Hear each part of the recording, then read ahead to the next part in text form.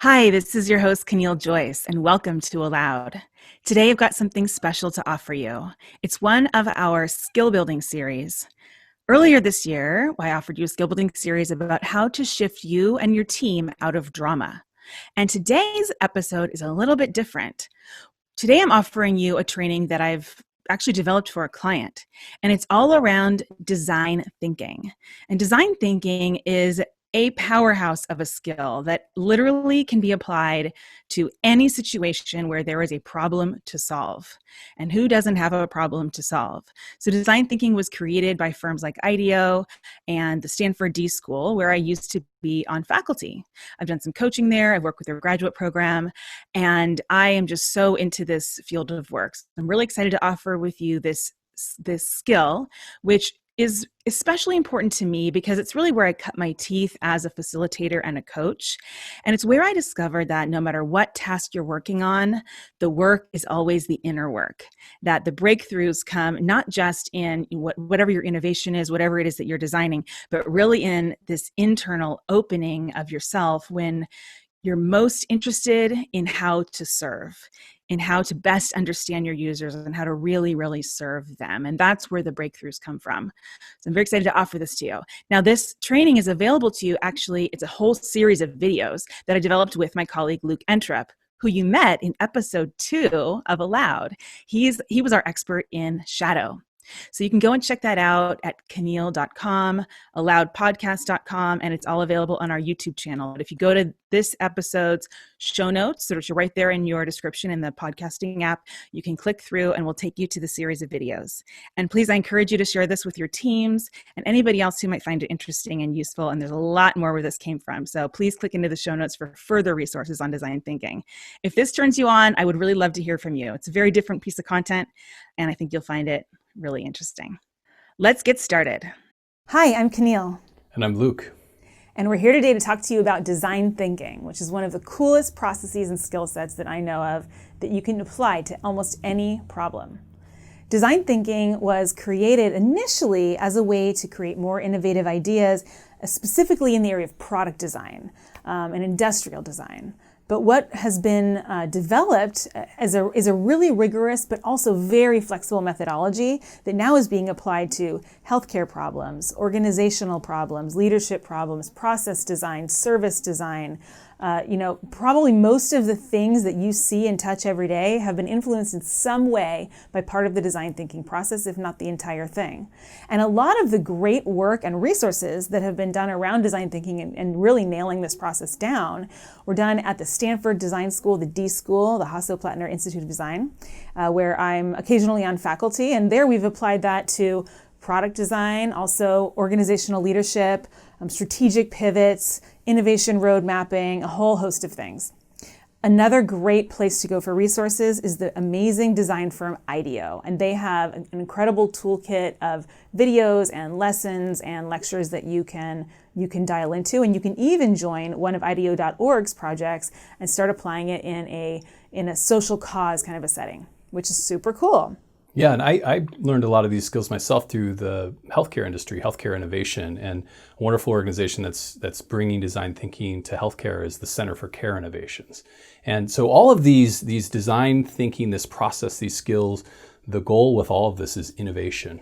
And just a word or two about innovation. Innovation is is coming up with novel ideas, and there's actually a skill set and mindsets that can help us come up with novel ideas. Innovation is about applying an idea that exists out in the world in a new context. And so when we look at changing the context and really understanding a problem in a deep way, that's when new and novel ideas emerge. And what's really neat about design thinking in particular is that unlike just a kind of blanket creativity process, it really helps you hone in on which of these ideas is going to be most useful to your target audience. And we call those your users. So what does your user really need and want? What are the problems that they experience? And how are they using your innovation in the real world? By answering all of these questions through this design thinking process, you really can remove a lot of the risk from your innovation. And one of the reasons why organizations often don't innovate is because of risk. Even in our own lives, we often don't innovate on our own life patterns because it feels too risky to change things up. So we really want to invite you to think about where could you be using design thinking in your own life? Where do you really want to shake things up and get some better results? So we wanted to talk you through the design thinking process as a whole. After this video, we're going to be diving deeper into each one of these specific areas and giving you some specific tools and skill sets and mindsets that you can apply in your own life and in your own job. Right. So the design thinking process contains 1, 2, 3, 4, 5 steps. And this is a very iterative process. I want to say that up front. The first step in the design thinking process is empathize. This is where we really get to know our users and get to know the world through their eyes, where we really want to feel their feelings and get into their environment, into their mindset, so that we can create a better solution for them. The second step is where we're defining the specific problem. So we're not just from our perspective, but actually from the user's perspective. So the empathy process helps us to better understand the problem and define it from their perspective. After we've really understood the problem, only then do we begin to ideate, come up with new ideas. This is the big game changer of design thinking. So in lots of organizations, lots of creative work, we begin with ideation. And ideation is super fun, but we often don't have enough information yet to design something extremely useful or extremely novel for a user who's not us. So we really hold off on jumping to solutions until we get to this phase. And ideation, brainstorming, actually has some guidelines, some rules, some best practices that research has shown that really make the process more effective. Some of my research I did at Berkeley also was on ideation and the importance of constraints around ideation. So there's a lot that we really understand about this process, and we'll be diving into that in another video. After we've gathered a lot of ideas and we've tried to really break the boundaries around what was possible, we begin to prototype. This is another thing that's unique about the design thinking process, is that we're gonna make a really scrappy prototype, which is basically a test, an experiment, a really low fidelity, often pretty inexpensively done mock-up of one of the ideas that we want to test out in the world. And then we take the prototype out into the world and we test it. Lots of different ways to test it out. And the goal of this is we want to learn, how is this really being received? How is it being used? How is it being understood? Is it clear what you're supposed to do with this? And are people getting the value out of it that we're wanting them to get? Is it solving the problem? So you can really think of design thinking as a massive learning process where you're testing new hypotheses, you're understanding things from a different perspective. And that's where the innovation comes from, is this really getting into the user's mindset. Great. So in our next video, we're going to explore what those mindsets are. Mm-hmm. All right, let's take a look. All right. So here are the design thinking mindsets. Curiosity is maybe the most important. This just simply means greeting it with questions rather than already knowing the answers. Another important one is rigor, making sure that we have the processes around this to really draw out the most novel ideas. Creativity, when a team can really feel creative, it's much more engaged in finding these new, fresh ideas, and greeting all things with beginner's mind. Also, really important and unique to design thinking is empathy, really getting into the mindset and the heart of what it's like to be our user and what they really care about. Learning and focus, learning focus and a growth mindset. So we're always seeking to improve, and we're not seeking to be right or to justify our own idea.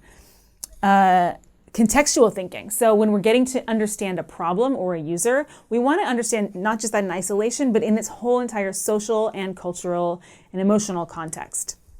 And lastly, iteration. So in design thinking, the cool thing is you're never done, but you can be done pretty quickly. You can be done pretty quickly, and then you keep going and you keep going, you keep learning and adding and iterating and making things better.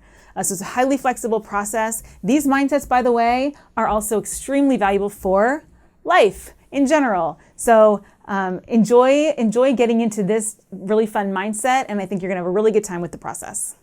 In our next videos, we'll start to dive into some specific skills that can help you design new products or something new about your life.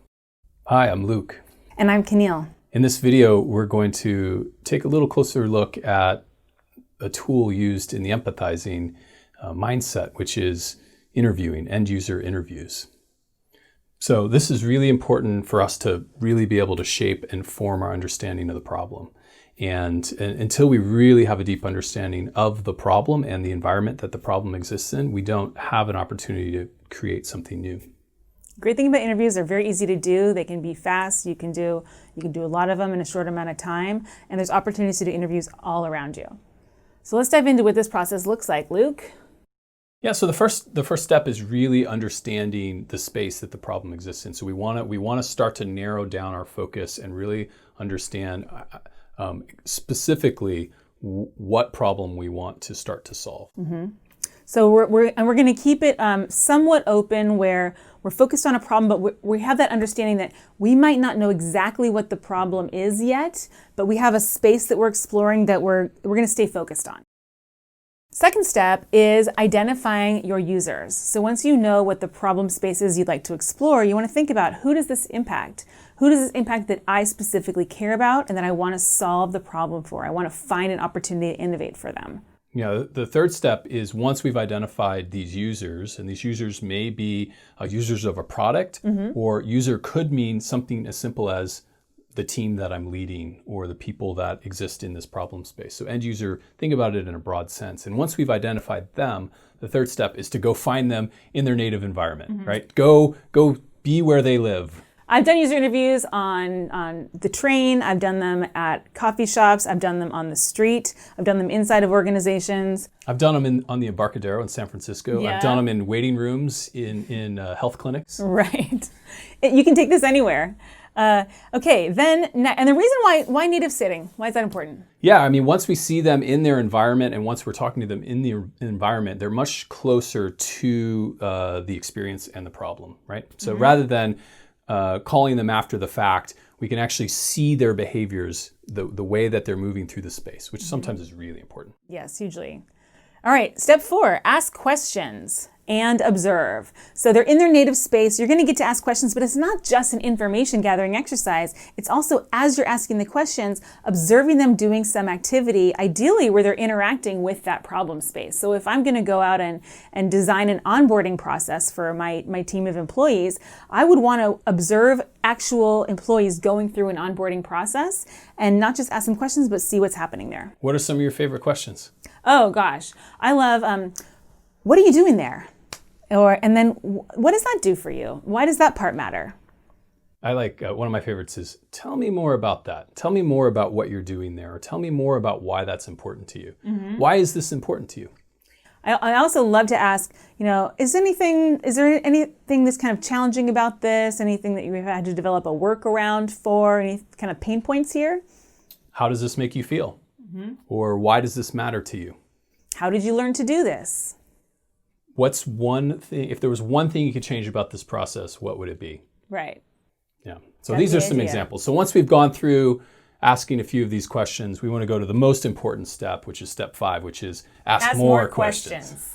So it's all about follow-up questions. You're going to start with open-ended questions and just see where they go. And you want these questions to be ones that invite your users almost to tell you a story, to get really into their own personal experience. So the way that you ask them is critically important because you want them to feel really, really like you're interested in them. That gives you the space to then ask a follow-up question. Do you have a favorite follow-up question? It's back to, tell me more about that. What else? Great.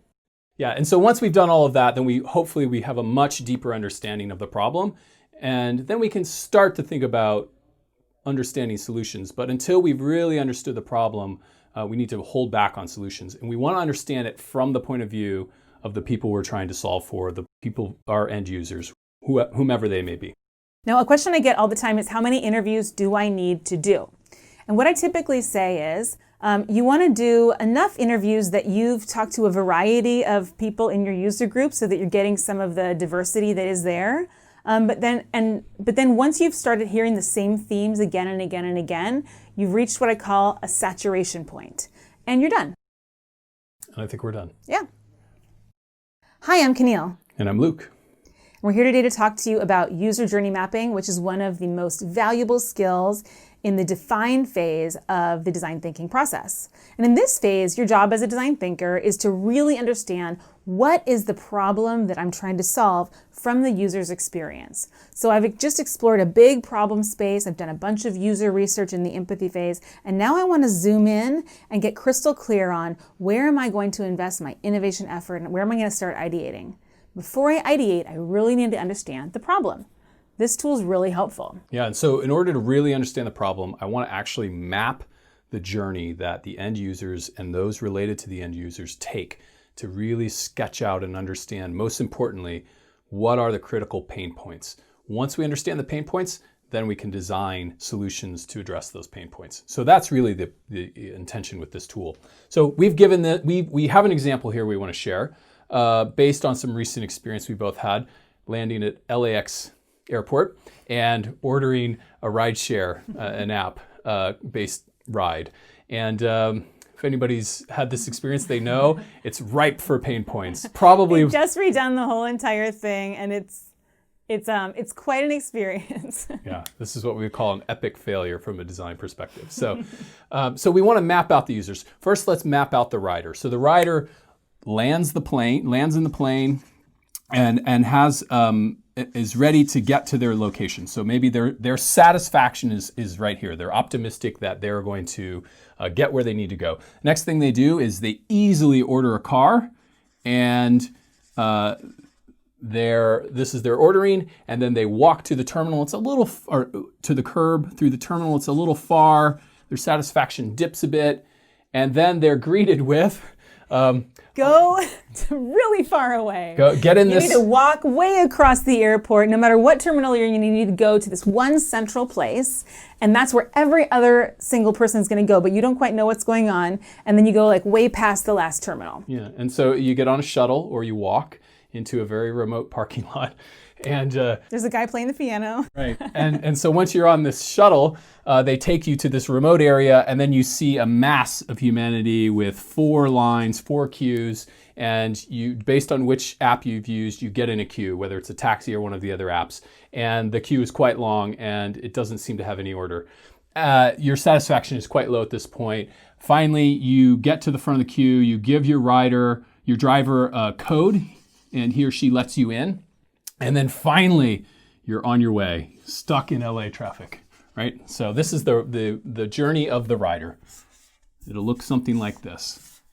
The driver maybe looks something like they get a notification that they have a new rider.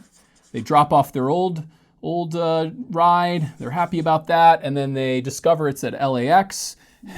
So they're probably not very happy. And then they wait in the queue for quite a long time until they finally pick up a rider with the code, and they're on their way. And so you can see there's a trending down in this general direction. Other drivers, maybe we want to look at other people in the environment. So perhaps a driver has to drop off another passenger or is driving a bus, and they're approaching LAX. And this would just be like a regular layperson, right? They're not a rideshare driver. This is the problem that this new design was supposed to alleviate, is all the traffic, right? All the traffic. So these are other drivers, traffic on the road. And so they know they're going to LAX. They're not feeling happy about it. And perhaps they are greeted coming into the airport, maybe with a little less traffic than they had before, but there's still quite a bit of traffic, still some long lines. LAX will tell you that they made this process much smoother for the other drivers, and they're on the way. So this was kind of the original design, was to alleviate traffic in general. So what we want to do is clearly identify the pain points. We can do that by marking red. And so there's several clear pain points around getting to this remote parking lot and then waiting in the queues. And we want to think about designing to these pain points without sacrificing these high points, which was the intention of the new design. So this lets us now look at like the entire ecosystem of what's going on over time and figure out where do we want to zoom in. This helps us really define our problem, and now we're ready to start ideating. Yeah, so whether you're arriving at LAX or you're deciding what to have for dinner, or you're looking at a way to roll out a new strategy in an organization, to onboard new employees, or just create more alignment in your team, you can use this tool to really understand the journey of the user. Hi, it's Luke. And this is Caneel. Okay, so for this video, we're going to walk you through some tools related to brainstorming. And if you remember, in our design thinking process, we've gone from empathize to define to ideate. This is kind of the juicy part where we can actually start exploring and brainstorming new ideas. Yeah, and there's a lot known about do's and don'ts of ideation. So we're going to share with you some of the stuff, and this is really grounded in research. There's tons of data on this, so listen up. It can be really helpful. So the first thing when you sit down to brainstorm is to frame the brainstorming session with a specific pointed question that's grounded in insight. And one of my favorite question kickoffs is, how might we? And then you fill in the blank. So I might point back to some user research I've done and some customer journey mapping, and I might say, how might we alleviate wait times for drivers at the airport? How might we use technology to alleviate drive times at the airport? Would be even honing in even closer. So you can get as specific as you want. It's really great at this point to bring some of that data into the conversation to just bring everyone back to that place of user empathy and remind them of what's been learned out in the field, talking to real users in their native context. You can also bring in inspiration from other sources, such as competitive research. So what are some competitors in this space doing? Or from my favorite, analogous areas. So it could be that one place where things are really highly efficient is in an operating room. So what can I learn from that extreme environment? And I want to bring in as a facilitator to inspire people to come up with efficient ways of doing other things, like doing a pickup at the airport, if that's the problem that we're focusing on. You can apply this logic, by the way, to any problem at all that you're focusing on in a brainstorming session. And we're picking one example that, from a prior video, which is improving wait times at LAX airport for rideshare customers and drivers. All right, so now you've framed the question in insight and you've shared some inspiration, and it's time to facilitate your brainstorming session. Always begin with a creative warm-up. Most of us are coming in pretty cold, we're in a different mode of thinking, and it's time to warm us up and get us feeling comfortable with each other. One of my favorite warm-up activities is we all stand in a circle and everybody very quickly just name the movie. If your life was a movie today, what movie would today have been for you? Another one might be, if you were a superhero today, which superhero would it be? Hey, Caneel, what's your superpower? Oh, my superpower? Challenging people. That's true. So what's yours?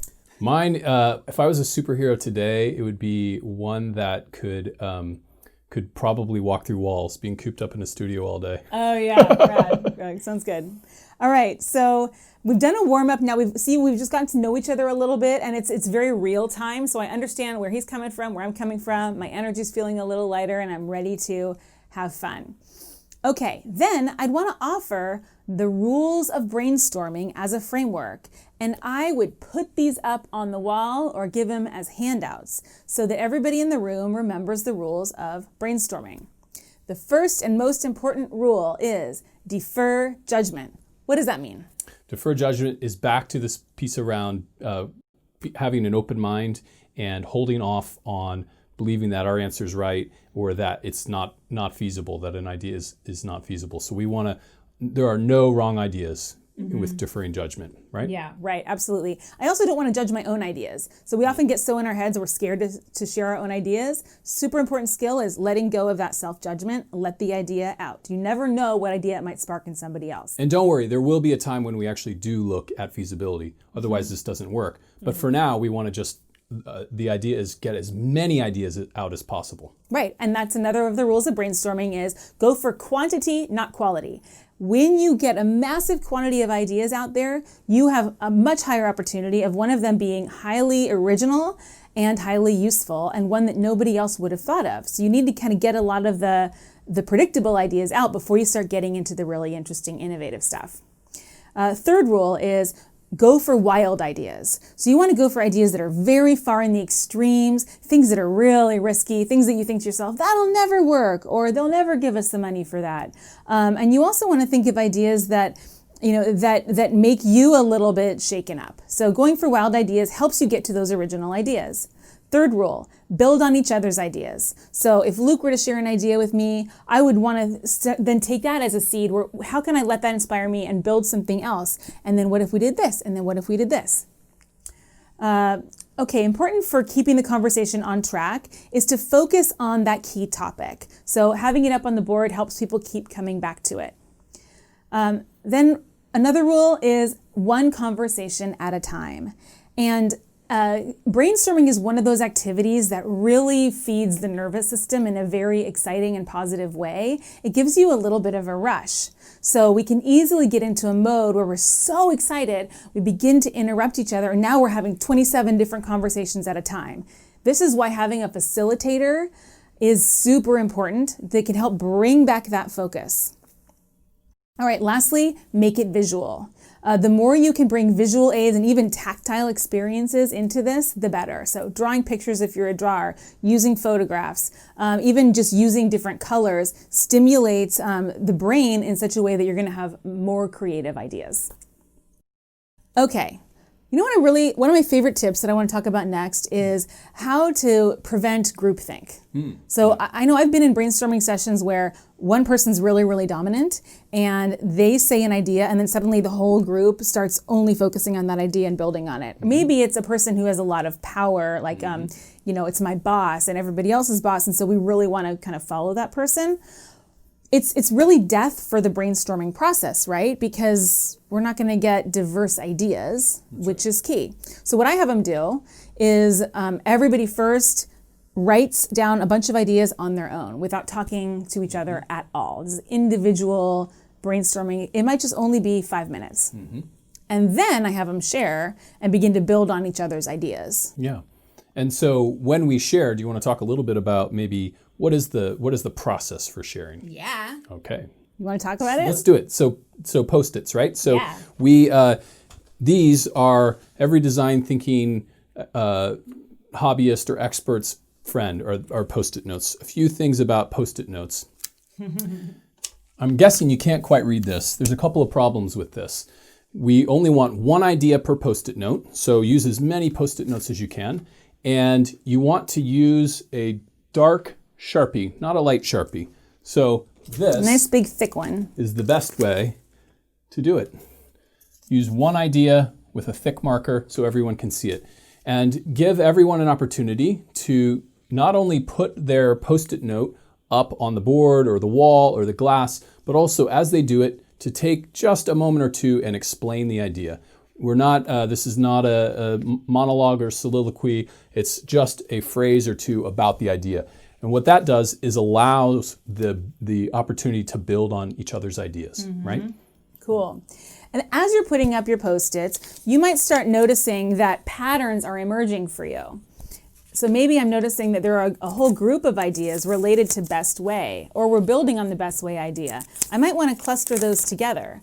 Now, the cool thing about doing this in Post-its is later on, I might realize there's a different cluster. Like there are some of these ideas that are really, really expensive to pull off and other ones are really inexpensive. We don't necessarily have a preference at this point, or maybe we do, but we can cluster them and keep rearranging them this way. You can't move flip charts, you can't move chalkboards, you can't move dry erase boards, but you can move Post-its. Also, moving your body is one of the last tips I'll get. So when you're up and active and you're moving things, it helps stimulate the brain and get those creative juices flowing, keeps everyone awake, and it can be just a ton of fun. Great break in the workday. So have fun with the ideation stage. Hey, it's Caneel again. And Luke. And today we're going to talk about 2x2s, which is a very useful tool for the ideate stage of the design thinking process.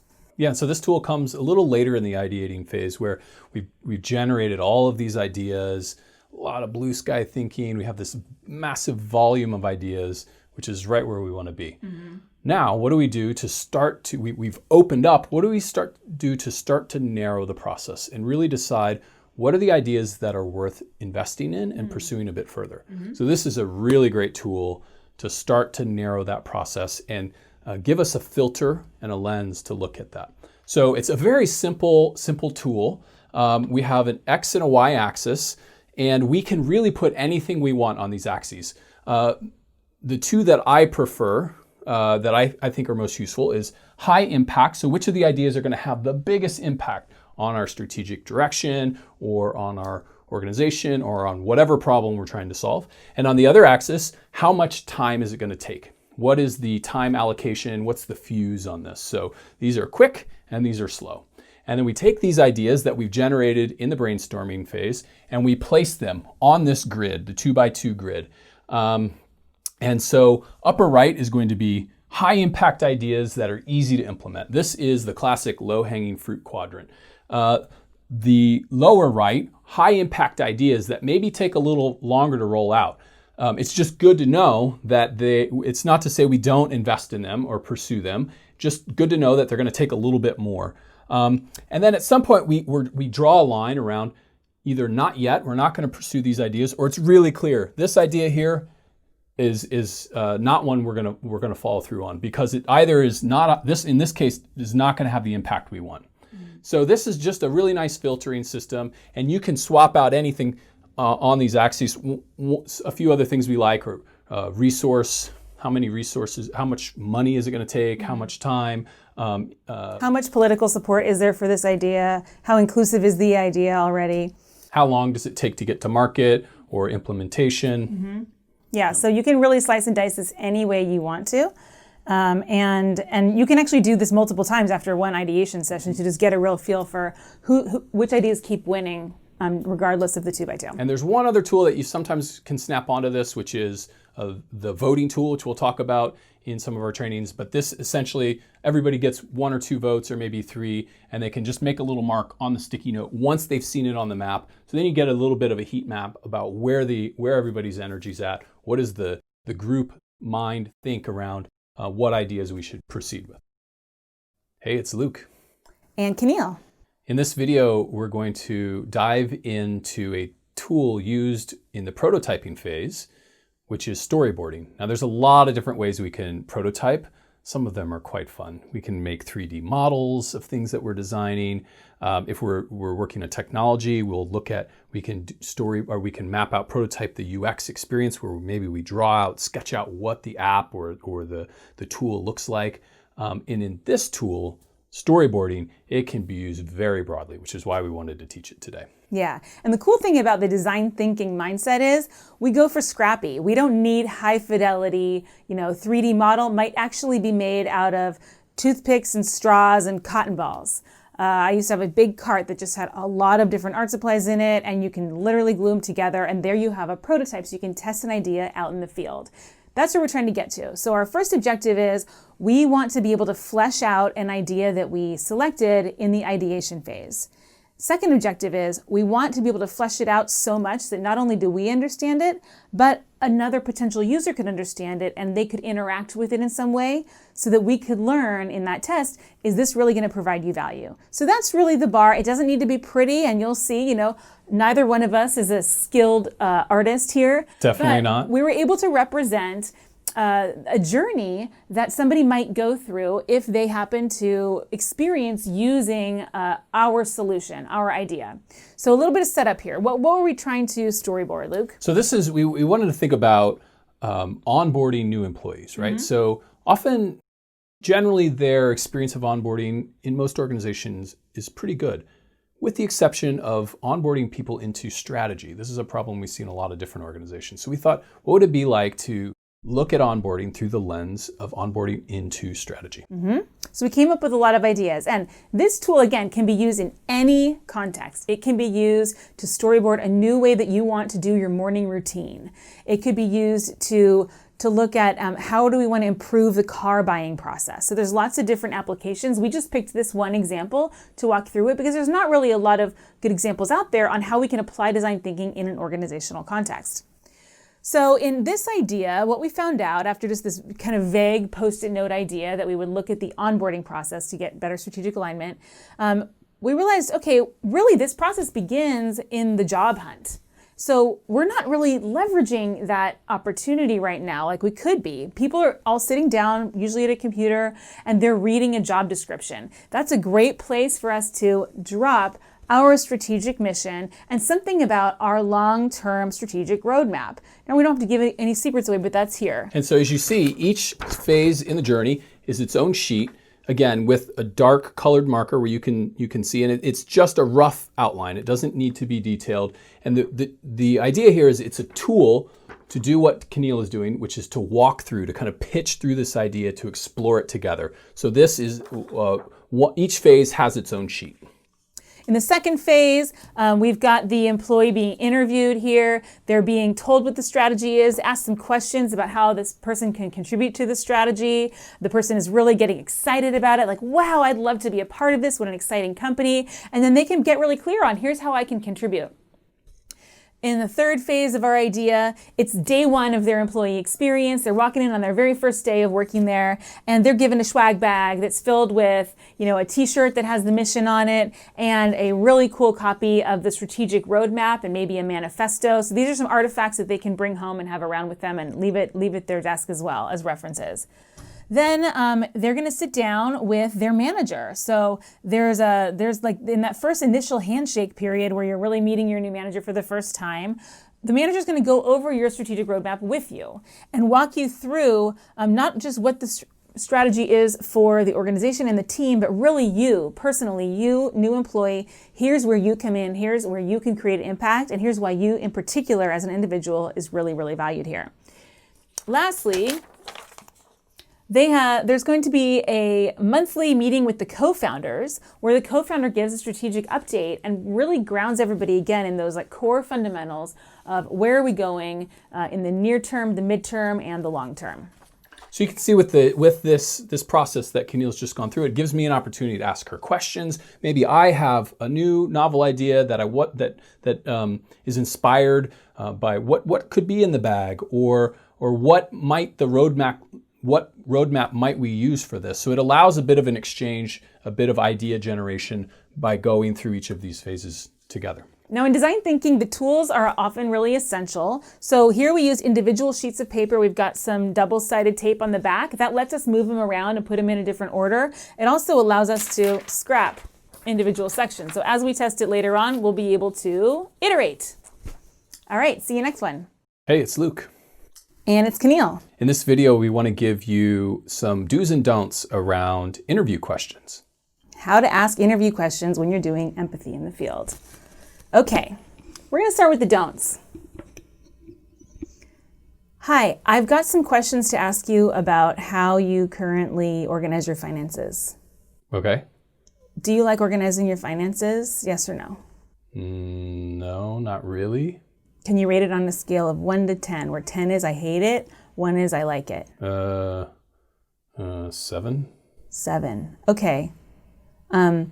What don't you like about it? I don't like the tension that I feel around it and the disorganization, I guess. Okay. And how do you share your financial records with your family? Like your spouse, your partner, how do I share parents? Well, I don't share it much, I guess. Maybe just what's necessary. And when you share it, do you use electronic records or paper? Okay, that's a don't.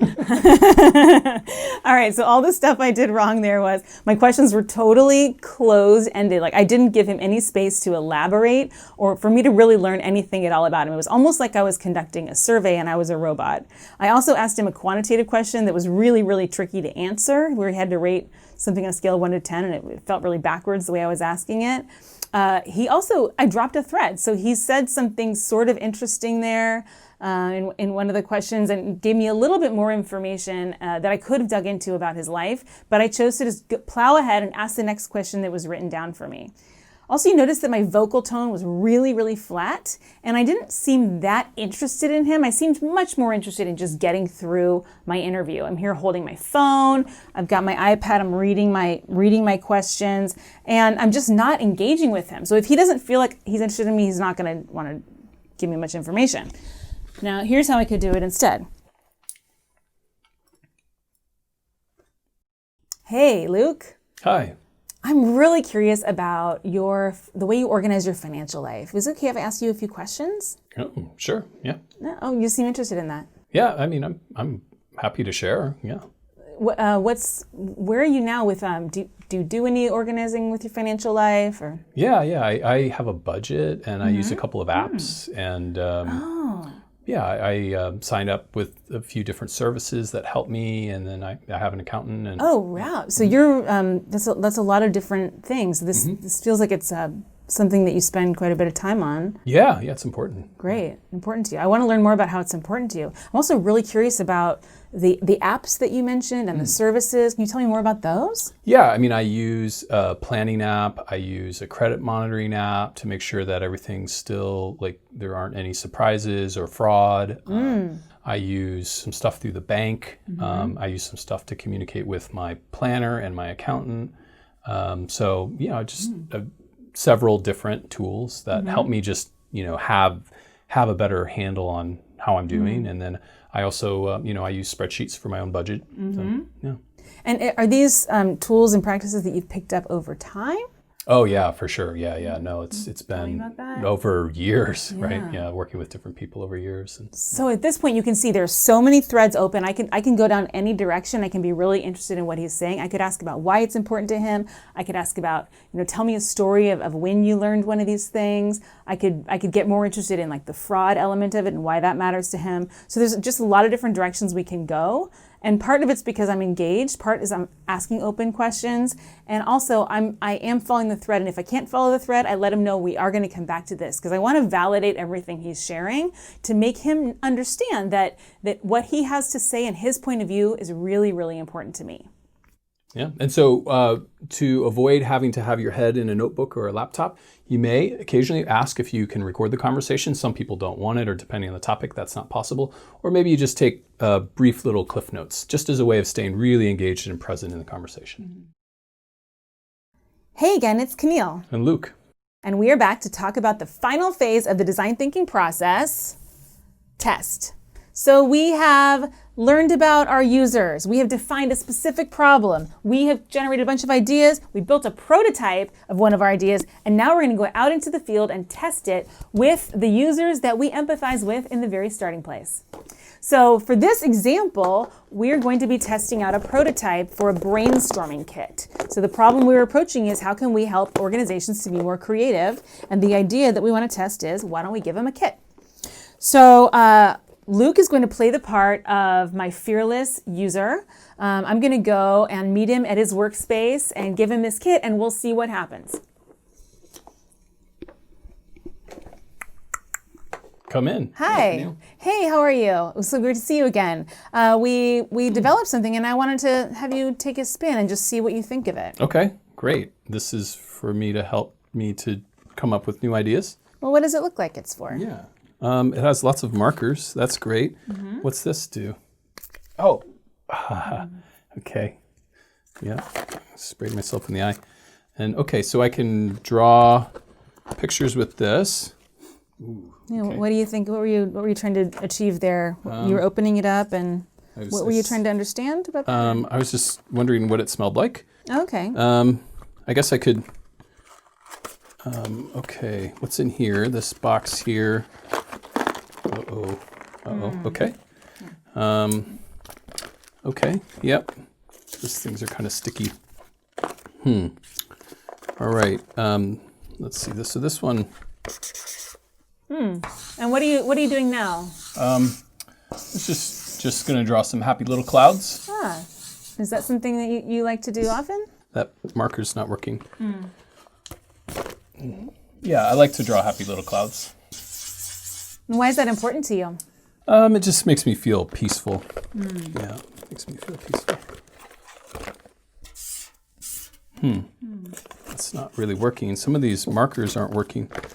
Oh, what's the writing that's on?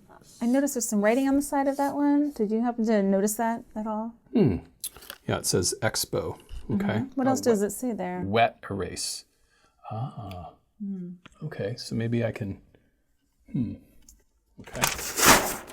I can maybe do this. Oh yeah, that's really interesting. Okay, great. Okay. And then, was that something that you'd seen, or I just pointed out the text and? Yeah, no, I've seen it. Yeah, and now I remember how these markers work. Right. Okay, that's very cool. Yeah, I could definitely use these for sure. Okay. Some of them. I mean, some of them were kind of dry, but. Great. Now, what where do you think you would go with this next? So you've just opened it up, experimented with some of the materials. What do you think you could use this for, if at all? I mean, if it was, if the markers worked and they weren't so stinky, I could imagine using this in my office with my team to help come up with new ideas. It definitely needs a little work, but I do like the idea. I mean, there's a lot in here I like. I mean, I like the Post-its. I would want more Post-its with different colors, but yeah, I can definitely see the value. And yeah. And what would the colors do for you? Because then I could have each color could represent a different kind of category of ideas or different things that we're working on. So I could have categories rather than just one, Great. one color. Okay, great. Thank you. Thanks for taking a look at this. Yeah, now, I'd love you to keep it for a week, and if you find a use for it, you want to test it out with your team, maybe, like you said, you might use it. I'd love to get your feedback, and I'll call you back in a couple of days and see how it's going. Yeah, that's fine. Great. Thanks. Thanks. All right, so that's a little example, and there, some of the skills that I was using was I was mostly observing him, right? I was just watching it unfold. I didn't interfere at all as things started falling out or he was misunderstanding how to use something. If it had been something dangerous, I would have, from an ethical perspective, protected his eyeballs. But I knew that it was water and it was fine. And I also, I just wasn't trying to guide him too much. However, I noticed that he missed that detail about it being a wet erase marker, and I really wanted to see what it was going to be like when he tested that one out. So I decided, okay, I've given him some space to see if he can figure it out on his own or if he's interested, and he wasn't. So I decided to just subtly direct his attention there by seeing if he happened to notice the writing on the side there. I wasn't trying to specifically ask him if he liked it or if he didn't. On his own, he told me that some things were useful, some things weren't. And usually users will kind of do that. They'll give you some feedback easily. Now, had he been a bit more quiet, I could have asked even more questions. Yeah. And so you notice this tool is a lot different than something like collecting a survey. This is really based in the direct observation, the ability to understand the context, the ability to follow up. It's one thing to send out a survey digitally, even if we're asking more open-ended narrative questions digitally. It's much different than what we've done here, which is live, interactive, in person-to-person experimenting with whatever it is that we're offering. And it's done in his own context, right? So he's actually at work, and that's a good place for me to test it. Lastly, this is very, very different from market research or, seeing if he gets satisfaction, if he likes this, if he's the right user for this, or how he would rate it. Really, I'm here to learn just as much as I was in the empathy phase. Because remember, design thinking is iterative. So I'm here with a very much a beginner's mind, trying to see what else can I understand about Luke and his environment and what he cares about and this problem space by seeing how he interacts with this. So I did learn some new things to bring home, like he wants to have multiple colors of Post-its. In my next iteration of this, I'll definitely take that feedback to heart, especially if I hear it from multiple users. So it's all about learning, and this is the final step.